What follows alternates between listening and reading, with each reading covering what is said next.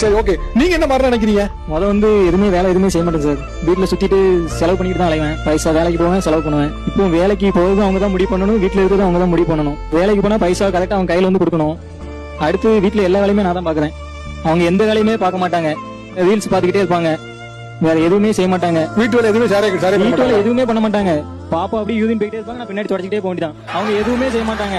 இது சிரிக்கிற விஷயம் இல்லைங்க, எல்லாரும் ஆழமா சிந்திக்க வேண்டிய விஷயம் சார். துணி ஒரு வாரத்துக்கு மேல அப்படி குமிச்சு போட்டுருவாங்க, மலை மயக்கில் இருக்கும். அவங்க ஒரு டைம் போட்ட ட்ரெஸ் அடுத்தாப்புல போட மாட்டாங்க. நான் போட்ட ட்ரெஸ் 3 நாள் வரைக்கும் போட்டிருப்பேன். அவங்க 5 நிமிஷம் இப்ப போடுவாங்க, அந்த வீடியோ நடிப்பாங்க, சட்டையை கலத்தி போடுவாங்க, அதை நான் போய் சோப் பண்ணணும். நீங்க பேச்சுக்கா சொல்றீங்களா உண்மையிலே? சத்தியமா எதுவுமே பண்ண மாட்டாங்க. அவங்ககிட்ட கேளுங்க சார். நான் அப்பதான் சார் லைன்ல கை வச்சுட்டு இருப்பேன், மெயின் லைன்ல. மேடம் போன் அடிச்சுவாங்க, மதியம் போன் அடிப்பாங்க. நீ வேலை பார்த்ததெல்லாம் போதும், வீட்டுக்கு வா அப்படிம்பாங்க. எதுக்குமா அப்படின்னு கூப்பிடுவேன்.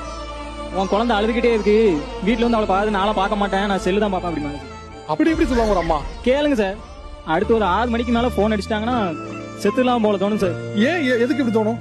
போன் அடிச்ச உடனே ஒன்னால நான் குளிக்கல, செத்துலாம் போல இருக்கு, எப்பவும் வீட்டுக்கு வருவ, உன் பிள்ளை நோய் நோயின்னு அழுதுகிட்டே இருக்கு, தூக்கிட்டு போவோம் பிள்ளை அப்படிம்பாங்க சார்.